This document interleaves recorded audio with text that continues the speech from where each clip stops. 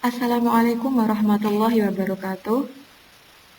Pada kesempatan kali ini, saya akan menjelaskan mengenai peran Wali Songo dalam penyebaran Islam di Indonesia.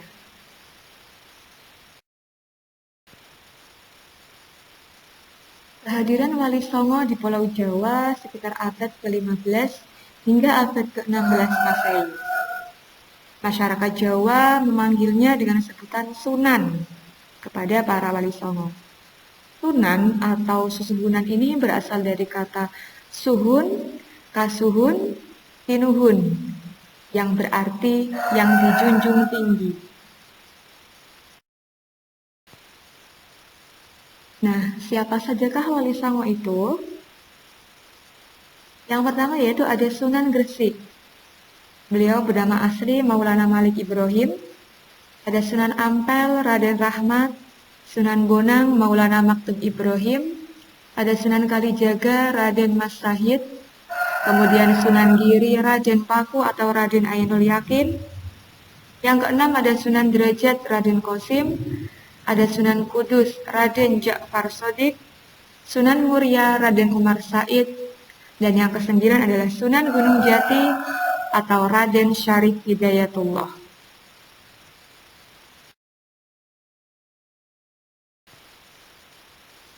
Sekarang kita bahas mengenai strategi dakwah Wali Songo.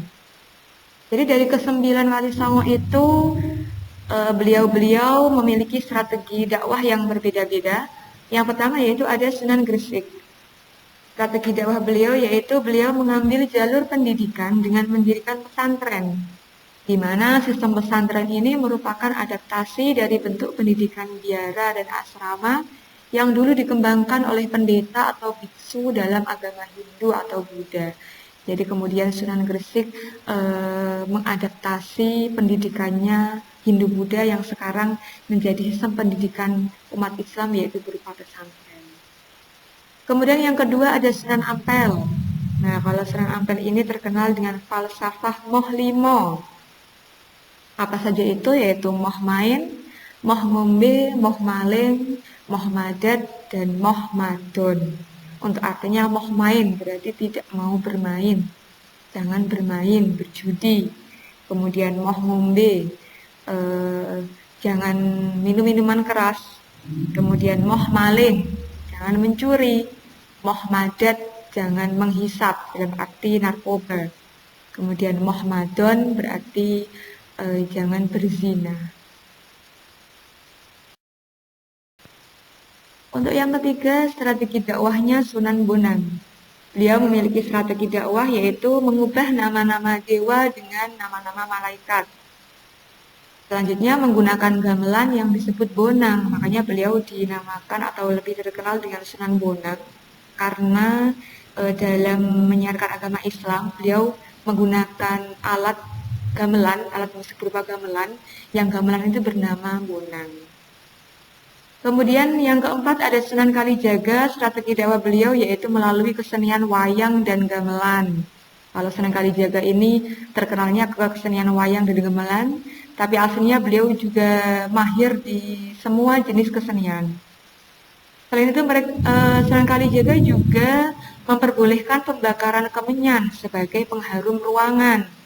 Nah, jadi umat Islam diperbolehkan maksudnya membakar kemenyan, tapi sebagai pengharum ruangan.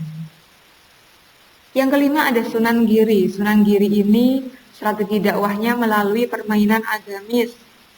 Contohnya permainan atau dolanan cublak-cublak seweng.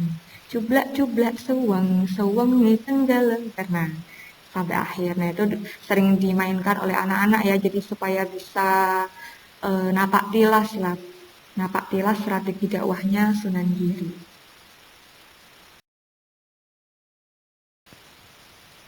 Selanjutnya yang keenam ada Sunan Derajat. Strategi beliau adalah di bidang kesenian. Beliau menciptakan tembang pangkur. Kemudian di bidang sosial, beliau membuat 7 ajaran yang terkenal dengan Pepali Pitu. Nah, apa saja Pepali Pitu itu? Yang pertama yaitu membangun resep tiasing sasama. artinya membuat senang hati orang lain. Yang kedua, jroning suka kudu eling lan waspada. Dalam suasana gembira, hendaknya tetap ingat Tuhan dan selalu waspada. Yang ketiga, laksaning subroto, tanyipto marang pringgo bayaning lampah. Upaya mencapai cita-cita luhur, jangan hiraukan rintangan. Yang keempat, meper hardening pancadriya, berjuang menekan gejolak nafsu indrawi. Yang kelima ada heneng, hening, henung, yang artinya dalam diam akan dicapai keheningan, dalam hening akan mencapai jalan kemuliaan. Yang keenam, mulya guna ponco waktu, kemuliaan lahir batin dicapai dengan sholat 5 waktu. Nah, yang ketujuh ini ada wenehono teken marang wong wuta, yang artinya berilah tongkat kepada orang yang buta. Wenehono mangan wong luwe, berilah makan kepada orang yang lapar. Wenehono busono marang wong wuda, berilah pakaian kepada orang yang tidak punya pakaian atau tidak berpakaian.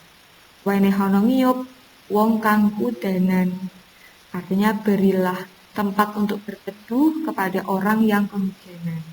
Nah, ini 7 ajaran yang kemudian terkenal dengan istilah pepalipitunya Sunan Derajat. Jadi Sunan Derajat itu strategi dakwahnya lebih ke bidang sosial kemasyarakatan. Selanjutnya yang ketujuh ada Sunan Kudus. Sunan Kudus ini strategi dakwahnya yaitu melestarikan budaya dengan melarang menyembelih lembu. Jadi di Kudus itu sampai sekarang ya, itu mereka melestarikan budaya yang dimana lembu atau sapi itu tidak boleh disembelih.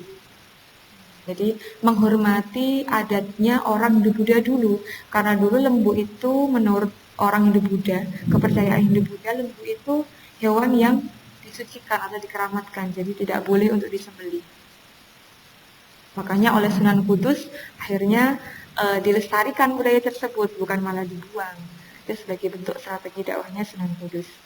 Yang kedelapan ada Sunan Muria. Sunan Muria ini strategi dakwahnya yaitu suka berdakwah di tempat terpencil, yaitu dengan mengadakan kursus bagi para pedagang di sekitar Gunung Muria. Makanya makamnya Sunan Muria saja ada di puncak Gunung Muria ya. Jadi perlu perjalanan yang sangat panjang untuk sampai ke makam beliau, karena dulunya memang beliau suka sekali berdakwah di tempat yang terpencil seperti di Gunung Muria itu, sambil memberikan kursus untuk para pedagang di sekitar Gunung Muria. Yang kesembilan ada Sunan Gunung Jati. Nah, kalau Sunan Gunung Jati ini strategi dakwah beliau yaitu beliau lebih aktif di bidang kepemerintahan, yaitu dengan cara mendirikan Kesultanan Cirebon dan Banten. Demikianlah penjelasan mengenai peran Wali Songo dalam penyebaran Islam di Indonesia beserta strategi-strategi dakwah para Wali Songo dalam menyebarkan Islam di Indonesia. Terima kasih atas perhatiannya. Sampai jumpa di lain kesempatan. Wassalamualaikum warahmatullahi wabarakatuh.